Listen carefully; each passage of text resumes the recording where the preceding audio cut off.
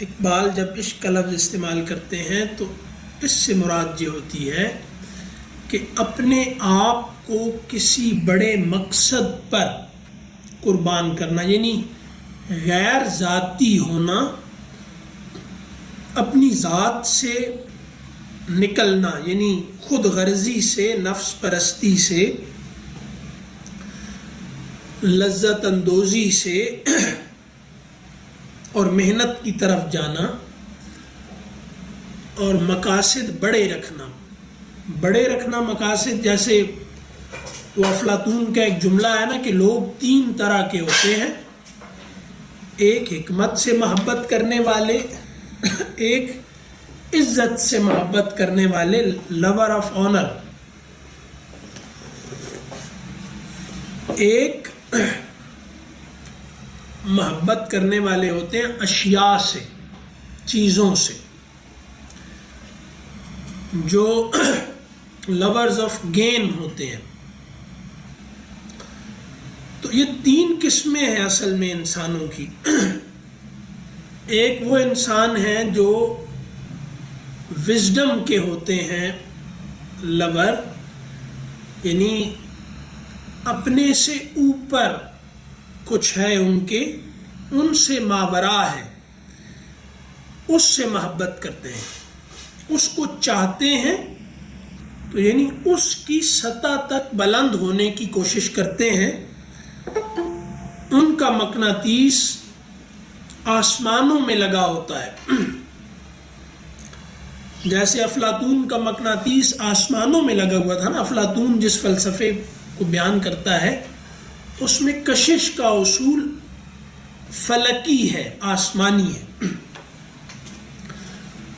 تو دوسرے وہ لوگ ہوتے ہیں جو آنر کو، یعنی اپنے برابر کے لوگوں کو زیر کر کے زمینی سطحی برابر کہ وہ مجھے مان لے، وہ مجھے مان لے، وہ میرے سامنے سر تسلیم خم کر دے، فلاں مجھے داد دے دے اور مجھے متاثر ہو کر دیکھ لے۔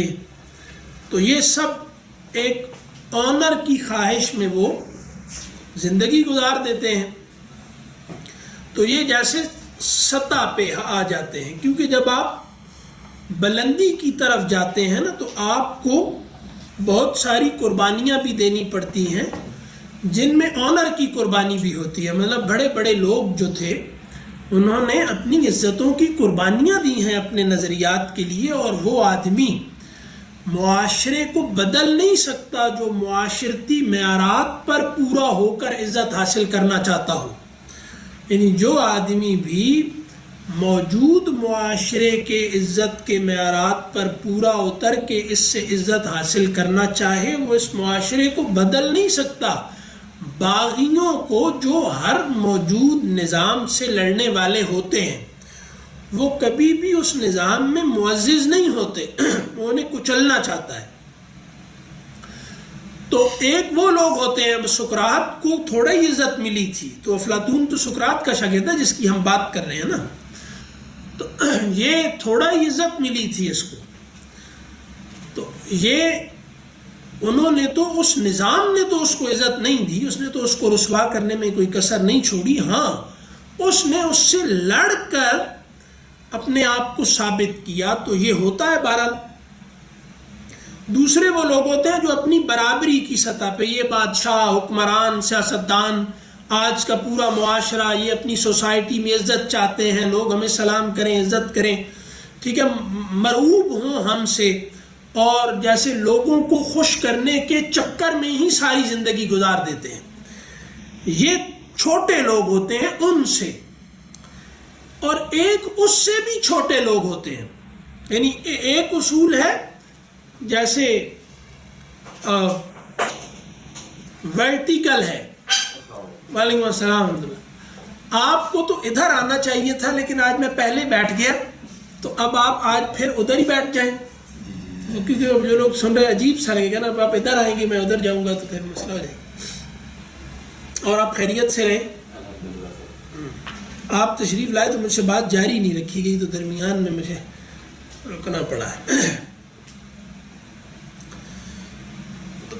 وہ یہ ہوا کہ دوسرے پہلے لوگ وہ ہوتے ہیں جو اپنے آپ کو قربان کرتے ہیں کسی اپنے سے اعلیٰ مقصد کے لیے، یعنی وہ یہ سمجھتے ہیں کہ ہم کچھ نہیں، ہمارا مقصد بڑا ہے، اور وہ بڑا مقصد جو ہے، جیسے ہم یہ کہہ رہے ہیں کہ ورٹیکل ہوتا ہے ان کا اصول حیات، وہ اوپر کی طرف جاتے ہیں. تو یہ لوگ بڑے لوگ ہیں. پھر اس کے بعد دوسرے لوگ ہوتے ہیں جن کا اصول ہستی ہاریزونٹل ہو جاتا ہے، وہ لو آف آنر جو ہے، یعنی بار لوگ یہ وہ ٹھیک ہے، تو میں مکان بنا لوں، گاڑی لے لوں، یہ ہے. ہم یہ نہیں کہہ رہے کہ مکان نہ بناؤ، گاڑی نہ لو، مسلی بن کے رہو. کہنے کا مطلب یہ ہے کہ میری عزت کا سبب یہ بن جائیں، یعنی مکان کے اندر میں نہ رہوں تو ویرانہ ہے، گاڑی میں میں نہ بیٹھوں تو وہ کچھ بھی نہیں ہے.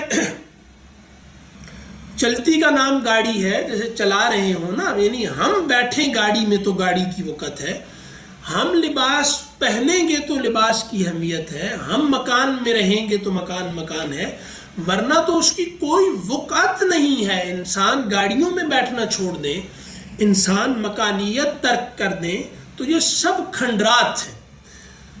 تو اب ان کی اگر آدمی گرتا ہے، جو اب سب سے گھٹیا لوگ ہوتے ہیں وہ لوگ ہوتے ہیں جو لورز آف گین ہوتے ہیں، یعنی اشیاء سے محبت کرنے والے، چیزوں سے محبت کرنے والے.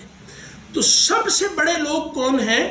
جو حکمت سے محبت کرتے ہیں. یہ میں افلاطون کی بات بتا رہا ہوں، یہ میں نہیں کہہ رہا کہ وہ، اس کے کہنے کا مطلب یہ ہے کہ جن کا اصول ہستی ان کی ذات سے بلند ہے. دوسرے وہ ہیں جن کا ذات تک محدود ہے، یعنی وہ نفس پرست ہیں، اپنی ذات میں اسیر ہیں، وہ اپنے اور اپنے جیسوں میں ہی گم ہیں. یہ دوسرے لوگ ہیں. تیسرے لوگ ہیں جو پست، جو ہو ہستی کی پست سطح ہے، یعنی اشیاء، ان میں محبوس ہو کے رہ گئے، ان میں قید ہو کے رہ گئے. جس شے کا نام رکھنا ہے میں نے، وہ چیز میری معبود بن گئی. ٹھیک ہے نا؟ آپ جس کا بھی نام رکھیں گے وہ آپ سے ادنا ہے. ٹھیک ہے؟ تو اب آپ یہ دیکھیں کہ چیزوں کے نام انسان رکھتا ہے، تو اب صارف معزز کیسے ہو سکتا ہے؟ یعنی جس کی عزت کا سبب وہ علامتوں کو کھپاتے رہنا ہے. یعنی آپ چیزیں آپ کے پاس کتنی ہیں، کون سی ہیں، تو یہ آپ معزز ہیں. تو یہ کہتے ہیں لورز آف گین ہیں. یہ مطلب یہ گھٹیا لوگ ہوتے ہیں، پست لوگ ہوتے ہیں. تو اب اقبال نے جب تنقید شروع کی تو اس وقت بہرحال عشق ایسا تو تھا کہ اشیاء کی محبت شروع ہو چکی تھی، لیکن سمبلز کے جو لورز تھے نا، علامتوں کے، وہ شاید اس وقت نہیں تھے. تو اب انہوں نے یہ کہا عشق جب بولتے ہیں تو عشق میں اقبال کا مطلب ہوتا ہے اپنے سے بلند کسی کے لیے اپنے آپ کو چھوڑ دینا. یعنی جو آپ کی ذات سے بلند ہے اس کے لیے آپ نے اپنی ذات کو ترک کیا ہے. تو عشق ہے ترک کرنے کا عمل، عشق زہد کا عمل ہے. ٹھیک ہے؟ زاہد عاشق ہوتا ہے. تو اب انہوں نے کیا کہا کہ ماز خلوت کدائے عشق بیرو تاختائم. بیرو تاختہ کا مطلب ہے کہ ہم نے جیسے ڈاکو کسی شے پر ڈاکہ مارتا ہے نا اور اس کے لیے حملہ کرتا ہے، ایسے ہی ہم نے عشق کے خلوت کدے سے باہر کی دنیا پر حملہ کیا. یہاں بالکل آخر میں اقبال نے کہا نا کہ در دل ماں کے برن دیر کہن شب خون ریخت. تو ہمارے در دل ماں، ہمارے اس دل کو دیکھ جو عاشق سے ڈاکو بن گیا. عاشق خلوت کدے میں رہنا چاہتا ہے اور ڈاکو اس کی ساری خواہش ہوتی ہے شہروں میں. وہ شہروں میں رہنا چاہتا ہے، رہ نہیں سکتا تو شہروں کو لوٹ لوٹ کے لے جاتا ہے، جہاں اپنا مسکن بنایا ہوتا ہے وہاں. تو وہ شہریت کو لوٹتا ہے اصل میں اپنے ویرانوں کو شہر بنانے کے لیے. تو وہ تو محبت شہروں سے کرتا ہے. تو وہاں یہ کہا نا، اب اقبال نے کیا کہا کہ وہ دل جو عاشق، اب ہمیں واضح ہو جانا چاہیے کہ اقبال جب عاشق بولتے ہیں تو مراد کیا ہوتی ہے، اور ہوس کا جب یہاں لفظ استعمال کریں گے، عشق گردید ہوس پیشاؤ ہر بند گسست. اب جب یہ ہوس کا لفظ بولیں گے تو اس سے کیا مراد ہے؟ عاشق بالہوس ہو جائے. وہ جو کہا نا، اب مجھے نہیں پتا کہ یہ شعر کس کا ہے، کسی کا ہے ہی، کہ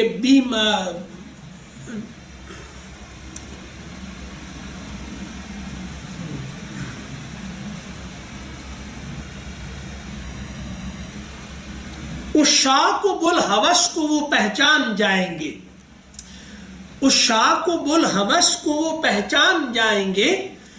چھپتی نہیں ہے صورت بیمار و تندرست.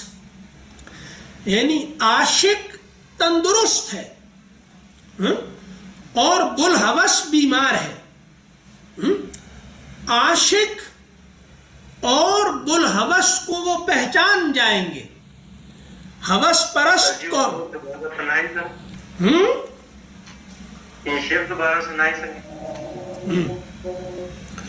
اس شاہ کو بالہوس کو وہ پہچان جائیں گے. اس کو ٹیکنیکلی کہتے ہیں لف و نشر غیر مرتب. یعنی میں تمہیں اصطلاح بھی بتا دوں نا، کسی پہ روپ بھی ڈالنا ہوتا ہے، یہ سارے اسی طرح کے کرتب ہیں. وہ لف و نشر غیر مرتب یہ ہوتا ہے کہ اس شاہ کو بالہوس، عاشق اور بالہوس پہلے کہا اور بیمار اور تندرست دوسرے میں کہا. یہاں پر فنی کمال اس شعر میں یہ ہے کہ عاشق کو اور بالہوس کو پہچان جائیں گے. تو پہلے مصرے میں عاشق پہلے بیان کیا، دوسرے میں بیمار پہلے بیان کیا. وہ تو بالہوس ہے نا، وہ پہلے میں دوسرے پہ آیا، دوسرے میں پہلے لف و نشر غیر مرتب. تو انہوں نے اس شعر میں جو ہمارے کام کی بات ہے، اس شاہ کو بالہوس کو وہ پہچان جائیں گے. چھپتی نہیں ہے صورت بیمار و تندرست. صحت مند کی اور بیمار کی شکل نہیں چھپتی. انہیں دیکھتے ہی پتہ چل جائے گا کہ یہ عاشق ہے یا ہوس پرست ہے. تو اب عاشق اور ہوس پرست میں کیا فرق ہوتا ہے؟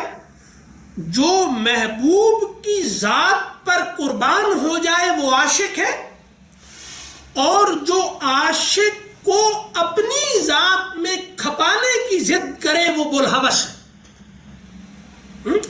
کہ یعنی میری ذات کی تعمیر میں جو اپنی ذات کی تعمیر میں محبوب کو کھپانے کی ضد کرے، منصوبہ بندی بنا کرے، وہ نارسسسٹ، وہ ہوس پرست، وہ بالہوس ہے.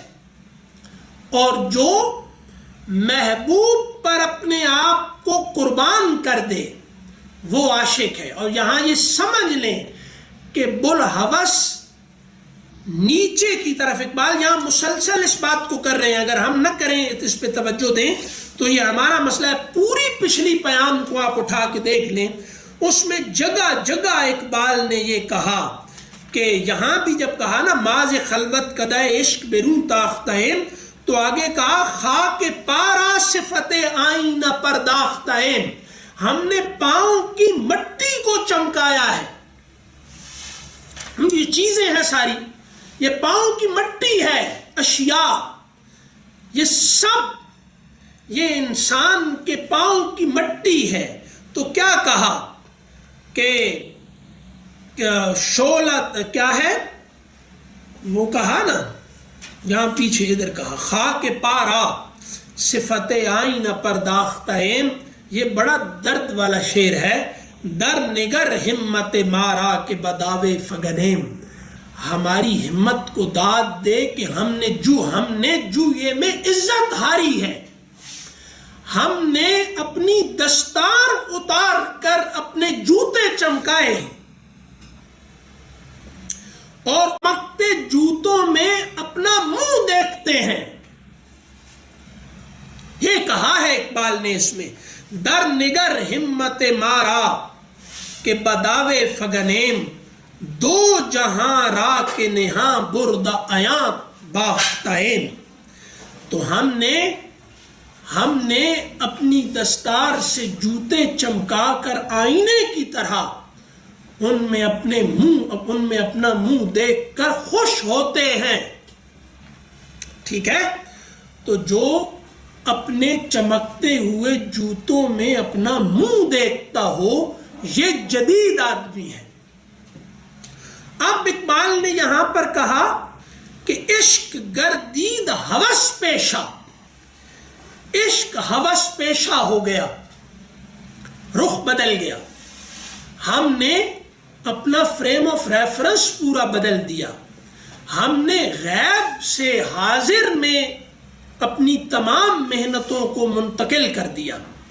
تو ہم نے عشق گردید، عشق غیب میں ہوتا ہے، عشق صورت سے ہو ہی نہیں سکتا. عشق ذات سے ہوتا ہے، ذات غیب میں ہوتی ہے. ٹھیک ہے، صفات ظاہر ہوتی ہیں، کبھی ذات ظاہر نہیں ہوتی. اور یہ واحد انسان کا منہ ہے جو انسان کا کہ جو ذات کی علامت ہے. یعنی منہ جسم کی علامت نہیں ہے، یہ ذات ہے. وجہ جس کو کہتے ہیں یہ صرف انسان کا ہے. تو ذات کبھی ظاہر نہیں ہوتی، ذات غیب میں رہتی ہے، وہ اپنی تجلی صورت پر ڈالتی رہتی ہے. تو بس اس کی وجہ سے جس ذات کی تجلی اس کی صورت میں جتنی ہے وہ ذات جیسی ہے وہ صورت ویسی ہے. ٹھیک ہے، یہ ٹھیک ہے تو ٹھیک ہے، نہیں تو پھر بھی ٹھیک ہے. اب عشق گردید ہوس پیشہ، عشق نے کہا میں تو دیکھوں گا، عشق نے کہا میں تو دیکھوں گا. ہوس پیشہ ہو گیا.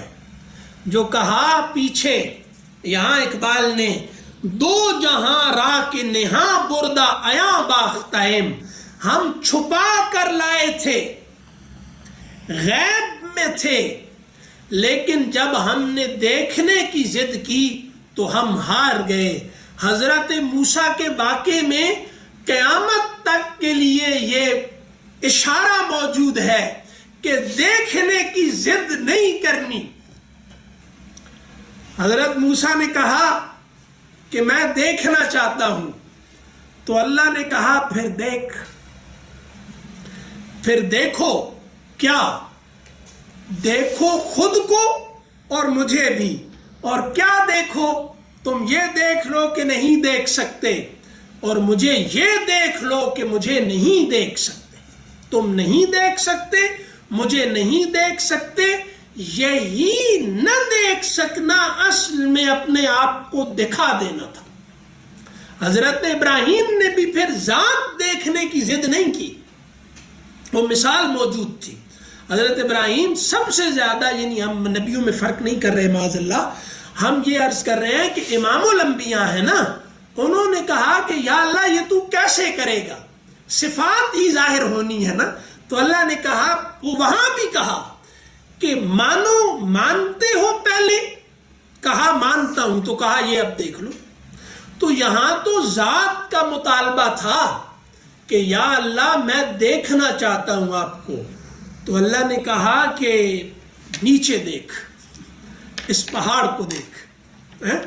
تو اب اس کے بعد یہ بتا دیا کہ دیکھنے کی ضد نہیں کرنی. تو وہاں عشق عشق گردید ہوس پیشہ، عشق نے ضد کر لی کہ میں تو دیکھوں گا، میں تو دیکھوں گا۔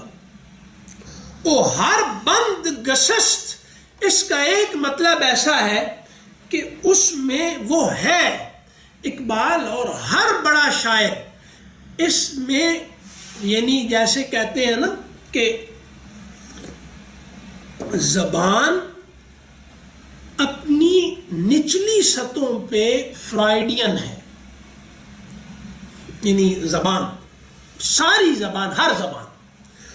تو جب کہا عشق گردید ہوس پیشہ، میں بول دیتا ہوں، اب سارے جو ہے نا وہ سارے محرم ہی بیٹھے، عشق گردید ہوس پیشہ و ہر بند گسست، عشق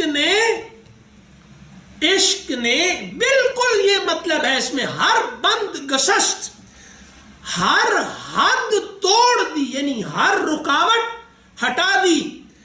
عشق ہوس پرست ہو گیا۔ میں وہ دھماکہ کرنے لگا ہوں، لیکن آپ برا نہ منائیے گا۔ محمد علی صاحب، یہ اقبال کو منتقل تھوڑا سا نا اس طرح بھی کرنا ہے۔ وہ جنہوں نے کہا نا کہ اقبال ادھورے ہیں، اقبال پورے ہیں، لیکن بہرحال ذرا کچھ، یعنی نا کہ پورا آدمی اقبال کی شاعری میں نہیں ہے اقبال کی شاعری میں۔ تو وہ جو کہا نا کہ عشق گردید ہوس پیشہ و ہر بند گسست، عشق نے دیکھنے کی ضد کی۔ یہ وہ جو مثال ہے نا پرانی کہ اللہ نے کہا یہ نہیں کھانا،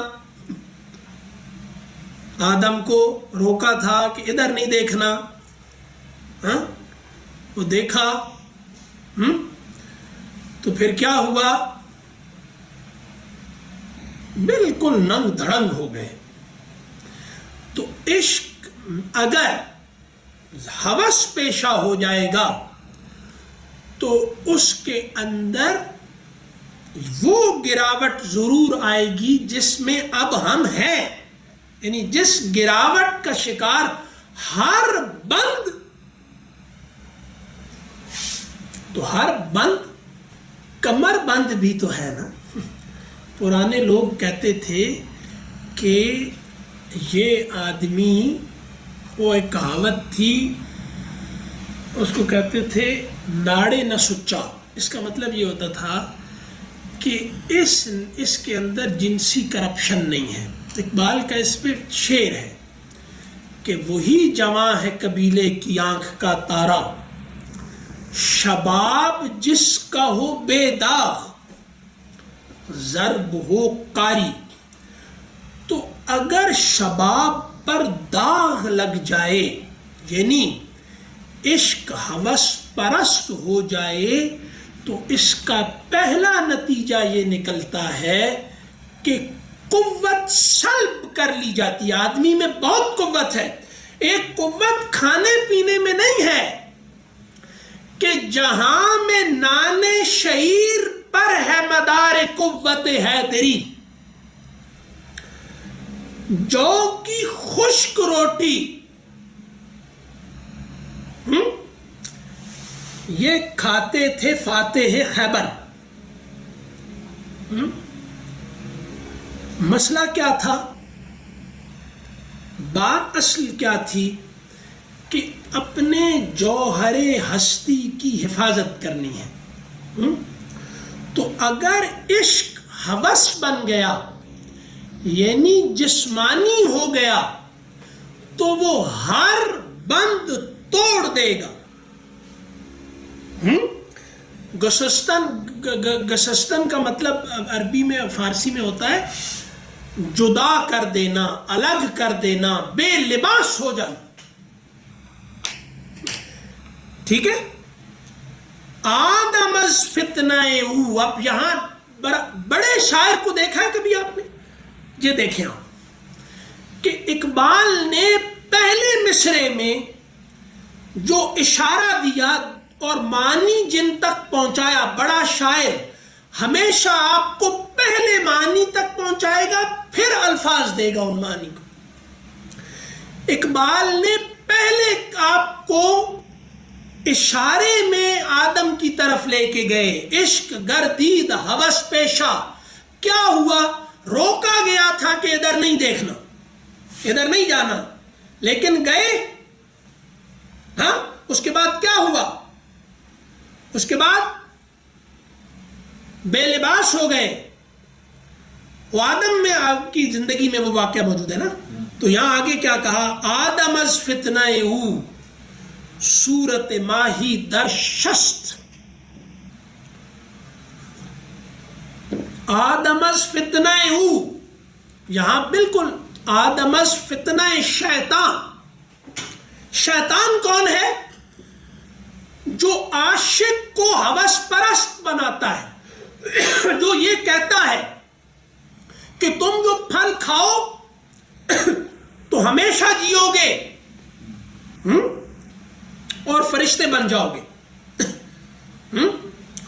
تو تم وہ آدم کو اپنی ذات میں مبتلا کر رہا تھا، اور اللہ نے نہی عن المنکر آغاز تخلیق آدم میں کیا کہ نہیں، یہ نہیں کھانا. جسے رکنا نہیں آتا وہ آدمی نہیں ہے، وہ انسان نہیں ہے، وہ مسلمان نہیں ہے. رکنا پہلے سیکھنا ہے کہ کیا نہیں کرنا. آدم کو یہی تربیت دی جا رہی تھی کہ اگر تمہیں رکنا نہ آیا تو ابلیس تمہیں اغوا کر کے لے جائے گا. تو پہلے روکا کہ رکو. وہ جو روکا تھا اس دانے میں کیا تھا؟ وہ دانہ کون سا تھا؟ اس میں بات یہ تھی کہ رکنے کی تربیت دینی تھی کہ یہ نہیں کرنا. تو اگر تم نے رکنا سیکھ لیا تو تم اپنی ذات پر غالب آنے کا ہنر سیکھ جاؤ گے. لیکن اگر تمہیں رکنا نہ آیا تو تم اپنی ذات کے اسیر ہو جاؤ گے اور ابلیس یہیں سے تمہیں مارے گا. تو آدم کو اللہ نے روکا اور ابلیس نے فضائل سنائے کہ یہ فائدہ، یہ فائدہ، یہ کر لو. تو وہ فائدے دکھا کر وہ جس سے روکا گیا تھا وہ کروایا. تو جہاں بریک لگانی ہو وہاں ریس دے دی جائے تو بدترین حادثہ ہوتا ہے. ٹھیک ہے؟ تو وہاں کہا آدم سے، آدم از فتنہ او. فتنہ جس میں آزمایا جاتا ہے. جو نہیں کرنا وہ کرتا تو نہیں ہے. پہلے یہ آزمایا. پہلی آزمائش آدمی کی یہ ہے کہ تمہیں جس سے روکا گیا ہے اس سے رکتے ہو یا نہیں. خدا کے نام پر بھی اگر تم رکتے نہیں تو خدا کے دربار سے دھتکار دیے جاؤ گے. تم اگر مفتی سے فتویٰ خدا کے نام پہ لے کر آ جاؤ کہ یہ کر لوں تو کر لو، اگر وہ جو نہیں کرنا تو مارے گئے. اب کیا ہوا؟ آدم از فتنہ او صورت ماہی در شست. جیسے کانٹے میں مچھلی لگ جاتی ہے اور اس کی زندگی کا کوئی امکان نہیں بچتا، وہ نگل تو لیا تو کیا ہے؟ جال میں یا کانٹے میں، مچھلی کے کانٹے میں کیا لگا ہوتا ہے؟ وہ صورت ہوتی ہے لیکن اس میں دھوکہ ہوتا ہے. جو صورت سمجھتا ہے کوئی بھی وہ صورت وہ نہیں ہوتی. وہ سمجھتا ہے کہ اس کی زندگی کی بقا ہے اس صورت میں، تو وہ تو اس کی زندگی کا خاتمہ پڑا ہوتا ہے. کھانے جاتا ہے نا، زندگی کا سامان کرنے جاتا ہے.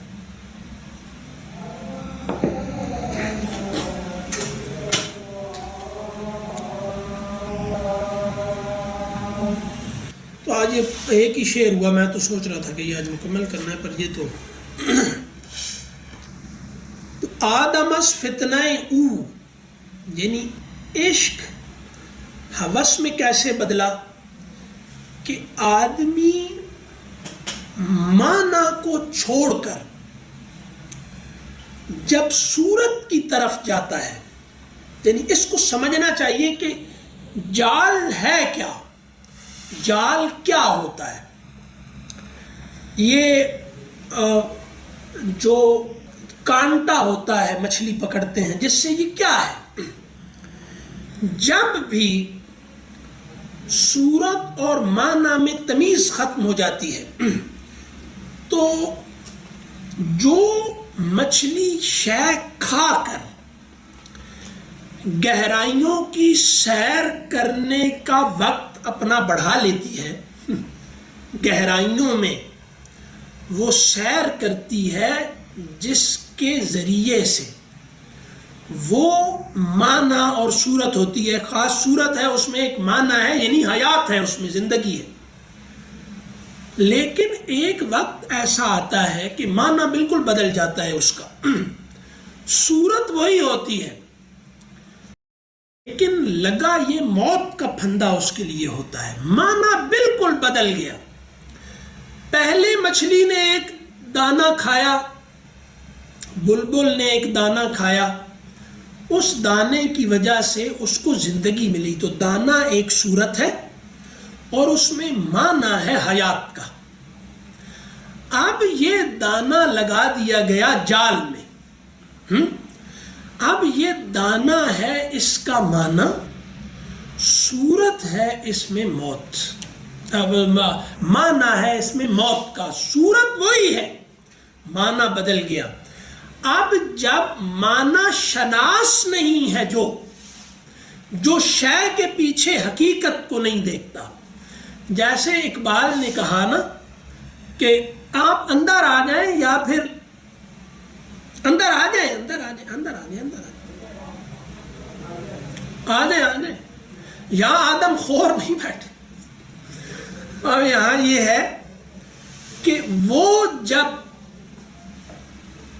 اس دانے کو چگے گی تو پھنس جائے گی، یعنی جس دانے کو چگ کر وہ پرواز کرتی ہے اسی دانے کو چگ کر وہ قید ہو جائے گی۔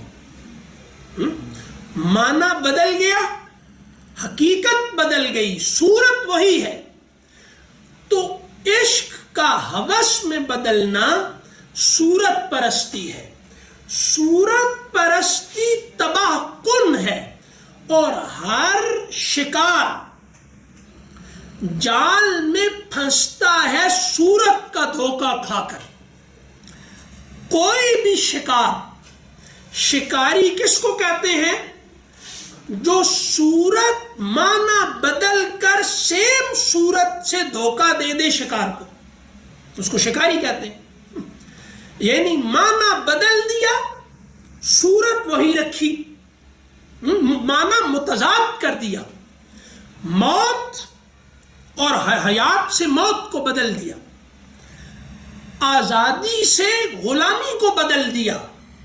یعنی ایک پرندہ پرواز کرتا ہے، شکاری اس کو پکڑ کے قید کر لیتا ہے، لیکن صورت وہی شکاری استعمال کرتا ہے جس صورت کو زندگی سمجھ کے اور آزادی کا ذریعہ سمجھ کے شکار کو اس صورت پر آنے کی عادت ہوتی ہے۔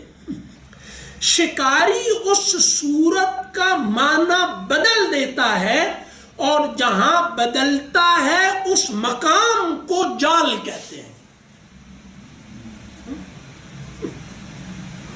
یہ نا سمجھ آیا، یہ بات بہت آسان ہے۔ اب کیا کہا؟ آدم از فتنہ او صورت ماہی در شست، صورت کا لفظ بھی استعمال کر دیا، مانند اور مثل کے لیے اقبال نے صورت کا لفظ استعمال کیا۔ یہاں اگرچہ صورت مثل مراد ہے اس کی، لیکن یہ اس اپنے اصل معنی کی طرف یہ استعمال اقبال کا جو جیسے وہ ہے نا ہیلپنگ ورب والا استعمال جیسے ہوتا ہے، اس کو بھی اقبال نے اتنے کمال سے برتا کہ صورت ماہی در شست، تو جیسے جس طرح سے کانٹے میں مچھلی پھنس کے پھڑکتی ہے. آدم اس کے لیے بنا نہیں تھا صورت پرستی کے لیے. آدم جتنا بے چین ہے، آدم جتنا تڑپ رہا ہے، آدم جتنا بے سکون ہے، اس کے تمام پریشانیوں کا سبب یہ صورت پرستی ہے. اور آدم کو شروع میں روکا گیا تھا کہ یہ جو دانہ ہے، اس دانے کو جب میں نے کہا کہ ادھر نہیں جانا، یہ پھل نہیں کھانا، تو جب میں نے کہا کہ یہ پھل نہیں کھانا، تو پھل اپنی صورت میں وہی ہے جو بے وقوف شیطان دیکھ رہا ہے اور انسان بھی دیکھ رہا ہے. لیکن جب میں نے کہا کہ اس پھل کی طرف نہیں جانا، تو اس پھل کی صورت وہی ہے، معنی بدل گیا. ابلیس احمق تھا جو اس کو نہیں سمجھ سکا. اور آدم کو کہا گیا تھا کہ سمجھ تم بھی نہیں سکتے، مان لو. لیکن جیسے ہی آدم نے وہ پھل کھایا، چونکہ اس پھل کا معنی اور حقیقت بدل چکی تھی، لہذا اس کے نتائج وہ مرتب نہیں ہوئے جو ہونے چاہیے تھے. اور یہ بات ابلیس کی سمجھ میں بھی نہیں آئی اور آدم کو بھی سمجھ نہیں آنی تھی. آدم کو اللہ نے کہا سمجھ تمہیں نہیں آئے گی، حکم مان لو، بچ جاؤ گے.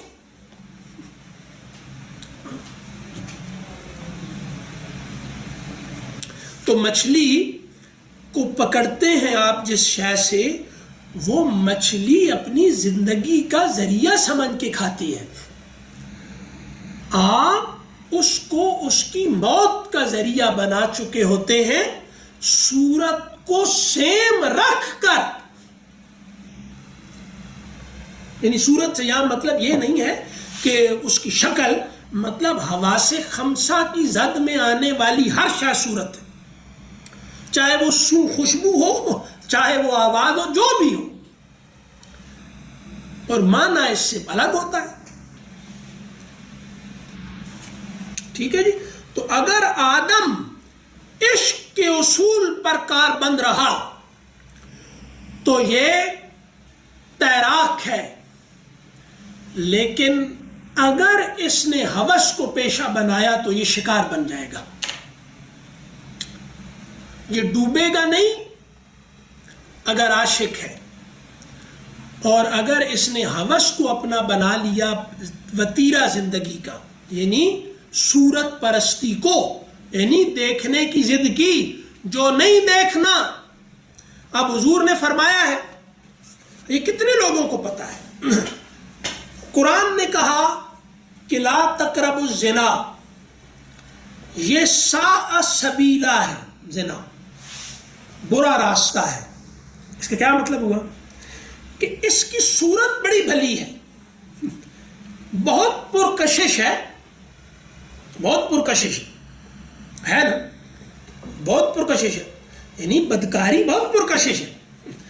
لیکن یہ تمہیں جہاں پہنچائے گی وہ نتیجہ بہت بھیانک ہے. ساء سبیلا، برا راستہ کس کو کہتے ہیں؟ جس کی منزل بھیانک ہو. برا راستہ کون سا ہوتا ہے؟ ساء سبیلا، جس پہ پہنچ کے تم جہاں پہنچو گے بات والی ہے.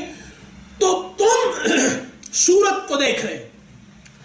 اب نوجوانوں کی اکثریت بدکاری کو کشش کی نگاہ سے دیکھتے اپنا قیمتی ترین وقت، یعنی تنہائی کا وقت گزار دیتی ہے.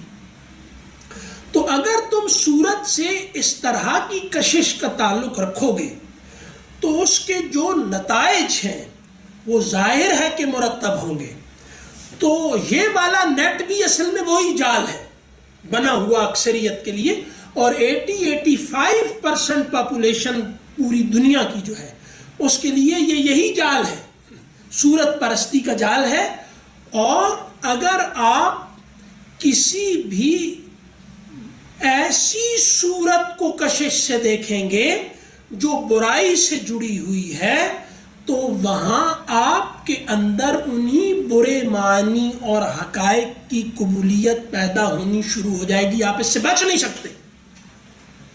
یعنی آپ بے غیرتی کو کشش سے دیکھیں اور آپ بے غیرت نہ ہوں، آپ بے وفائی کو کشش سے دیکھیں اور آپ بے وفا نہ ہوں، تو آپ بزدلی کو کشش سے دیکھیں آپ بزدل نہ ہوں، آپ بخل کو کشش سے دیکھیں آپ وہ نہ ہوں۔ یہ ہو نہیں سکتا کیونکہ آپ نے دنیا پرستی کو کشش سے دیکھا اور دنیا پرست ہوئے، آپ نے خاص طرح کے فیشن کو کشش سے دیکھا اور ویسے ہی فیشن پرست ہو گئے، آپ نے ایک خاص طرح کے کھانے کو کشش سے دیکھا، اسی کو کھا کھا کے آپ ڈڈو بن گئے، ہے نا؟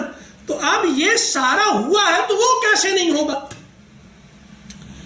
تو اس جال سے نکلو، اس کو سمجھو کہ یہ تمہیں یہ کشش جو حق کی صورت میں بھی نہیں ہے یار، یعنی کہا گیا تھا کہ حق کی صورت میں باطل آئے گا تو تم مومن ہو تو یہ پرکھ پیدا کرو، اے اہل نظر ذوق نظر خوب ہے لیکن اے اہل نظر یہ بہت اچھا ہے کہ تم حسن کی صورتیں دیکھو، اے اہل نظر ذوق نظر خوب ہے لیکن جو شے کی حقیقت کو نہ دیکھے وہ نظر کیا، وہ تو بیل کی آنکھ ہے۔ تو تمہیں اگر کہا گیا، تمہیں تو یہ کہا گیا تھا الو، تمہیں تو یہ کہا گیا تھا کہ باطل حق کی صورت میں آئے گا، ابلیس ادریس کے روپ میں آئے گا، پہچان لینا، پہچان لینا، لیکن باطل بدترین باطل کے روپ میں تمہارے سامنے آتا ہے اور تم اس کی کشش میں کھپ رہے ہو، اپنی جوانیاں غارت کر رہے ہو، اپنا قیمتی ترین وقت عمر میں، وہ وقت جو قیامت کے دن خدا خاص پوچھے گا کہ بتاؤ جوانی کیسے گزاری تھی، وہ وقت تم اتنی مکروہ سرگرمیوں میں گزار رہے ہو، بدترین صورت پرستی میں۔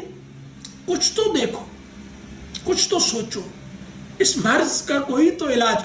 تو عہد حاضر کا جب ہم اگر یہ کہتے ہیں کہ جس زمانے میں ہم رہ رہے ہیں یہ کنزمپشنز آف سمبلز کا زمانہ ہے، تو اس کا مطلب یہ ہوا کہ یہاں سب کو صورت بن کے رہ گئی، یہاں سب صورت ہے، اس سے لڑو یار۔ تو اگر تم صورت پرستی کے ان اتنے ادنا اور گھناؤنے مسائل کا شکار رہو گے تو بتاؤ کیسے یہ سب کرو گے؟ پھر تمہیں سمجھ نہیں آ رہی کہ رسول صلی اللہ علیہ وسلم کے سامنے جا کے قیامت کو دجال کے سامنے کیا کرنا ہے؟ حضور کے سامنے قیامت میں شرمندگی نہیں ہوگی؟ تو حوض کوثر پہ کیسے پھر وہ جام ماں نہ پیو گے؟ کیسے؟ السلام علیکم۔